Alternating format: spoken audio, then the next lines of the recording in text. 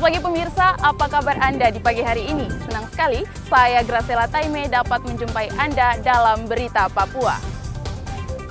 Sejumlah berita menarik dan teraktual telah berhasil dirangkum tim redaksi kami. Berikut 3 berita utama hari ini.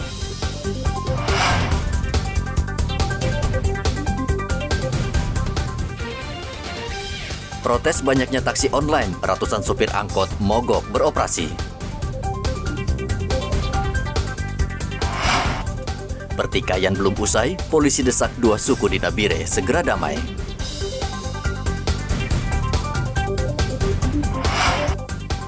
Pakan ternak mahal, harga ayam di Merauke terus naik.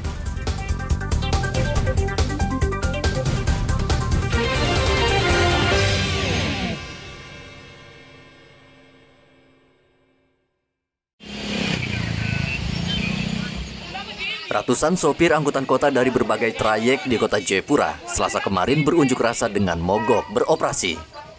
Akibatnya banyak penumpang yang terlantar. Para sopir angkot ini memprotes maraknya taksi online yang berseliweran bebas tanpa izin di kota Jayapura. Kehadiran taksi online ini menyebabkan pendapatan mereka turun. Merasa tidak puas, mereka kemudian bergerak menuju kantor DPRD Papua untuk menyuarakan aspirasi. Para sopir diterima anggota DPRP, Komisi 4, Yansen Monim. Sopir angkot meminta pemerintah menonaktifkan angkutan berbasis online yang tidak memiliki izin operasional. Teman-teman dari online ini ya bisa setarakan tarif sesuai dengan apa yang memang kita miliki. Karena memang selama ini kita lihat sendiri, mungkin bapak-bapak juga kan tahu, kendaraan online ini kan dia punya tarif terlalu di bawah daripada kita punya tarif.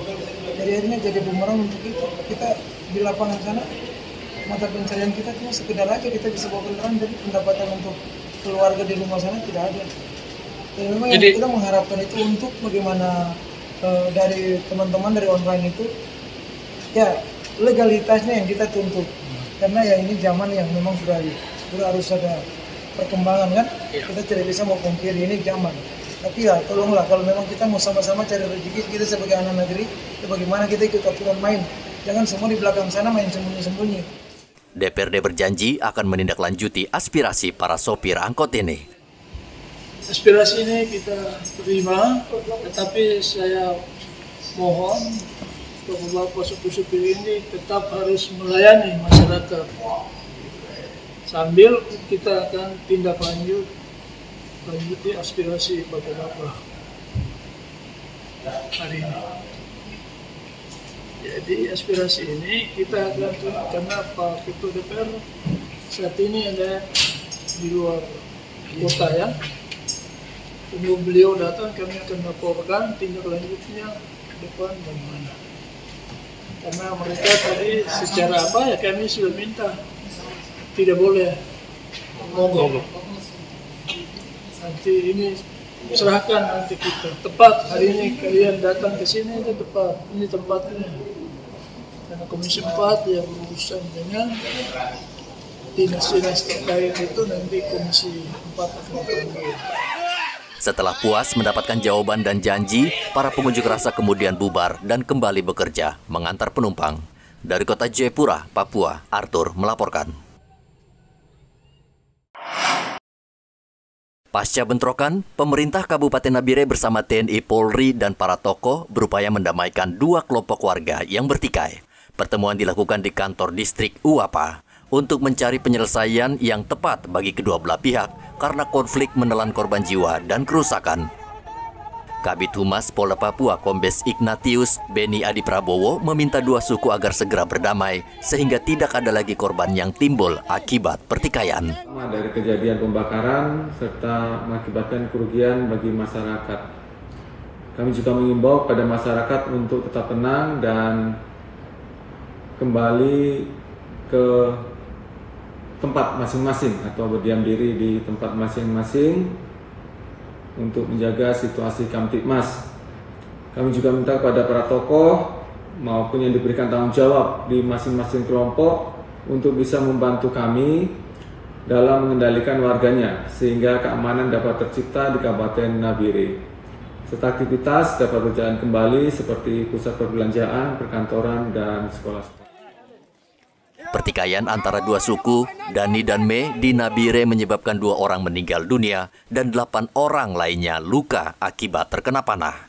Konflik yang disebabkan persoalan tapal batas adat kedua suku ini juga menyebabkan puluhan rumah hangus terbakar. Polisi saat ini tengah melakukan penyelidikan terhadap para pelaku yang bertindak anarkistis. Dari Nabire, Papua Tengah, Igobat Momolen melaporkan.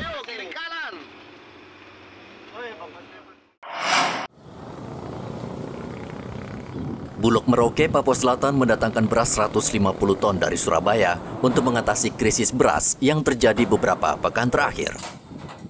Beras ini akan menambah cadangan beras Bulog yang belakangan menipis hingga menyebabkan harga beras melambung. Kepala Bulog Merauke Firman Mandu mengatakan, beras asal Surabaya itu merupakan langkah awal Bulog mengamankan stok beras yang menipis disebabkan 3 kali gagal panen akibat cuaca buruk. Terkait dengan pemenuhan stok dan untuk menjaga ketahanan stok kita di Merauke dan sekitarnya, kita datangkan beras CBP milik pemerintah juga dari Bulog Jawa Timur sebanyak 2.000 ton, dan untuk 2.000 ton ini datangnya juga secara bertahap nanti, dan sudah masuk 150 ton, dan kapal pertama itu dan kapal kedua ini nanti dalam minggu ini sudah tiba di Merauke dan dengan membawa kurang lebih 350 ton. Kemudian nanti kapal ketiga minggu depan itu membawa 500 ton, sehingga nanti secara bertahap ini akan masuk di Merauke. Nah, tentunya dengan tujuan kita mendatangkan beras CBP ini untuk menjaga ketahanan stok kita di Merauke dan sekitarnya, sehingga pelayanan untuk kebutuhan ASN, TNI Polri, kemudian untuk bantuan pangan dan stabilisasi harga beras medium di tingkat konsumen dapat kita jalankan dengan baik. 150 ton beras itu tiba Selasa kemarin dan sudah berada di gudang Bulog. Jumlah ini belum mencukupi dan rencananya Bulog mendatangkan 200 ton beras lagi dari Surabaya. Sementara itu di Kabupaten Mimika, stok beras dipastikan aman untuk 3 bulan ke depan. Bulog Timika menjamin stok beras aman karena saat ini memiliki cadangan beras 1.400 ton. Gudang beras milik Bulog saat ini dipenuhi beras dari Pulau Jawa dan akan disalurkan ke Kabupaten Puncak, Nduga, dan Paniai. Beras kami di gudang ada sekitar 100 ton dan ada hari kemarin masuk lagi sebanyak 300 ton lagi, sementara proses bongkar dan nanti di tanggal 20-an juga ada 1.000 ton yang lagi dalam perjalanan untuk masuk ke Timika. Jadi untuk kesiapan di Idul Adha kami rasa cukup, dan kami juga sekarang lagi melayani bantuan pangan untuk penerima manfaat di Mimika. Penerima bantuan pangan di Mimika itu sebanyak 170 ton yang dialokasikan untuk Kabupaten Mimika. Nanti akan disalurkan, sudah mulai disalurkan dari bulan April kemarin dan berlangsung sampai saat ini. Selasa kemarin 300 ton beras dari Pulau Jawa sudah datang dan dalam proses pembongkaran. Sebagian beras tersebut juga akan disalurkan ke penerima manfaat di Kabupaten Mimika. Muhammad Ridwan dan Igobat Momolen melaporkan dari Merauke dan Timika.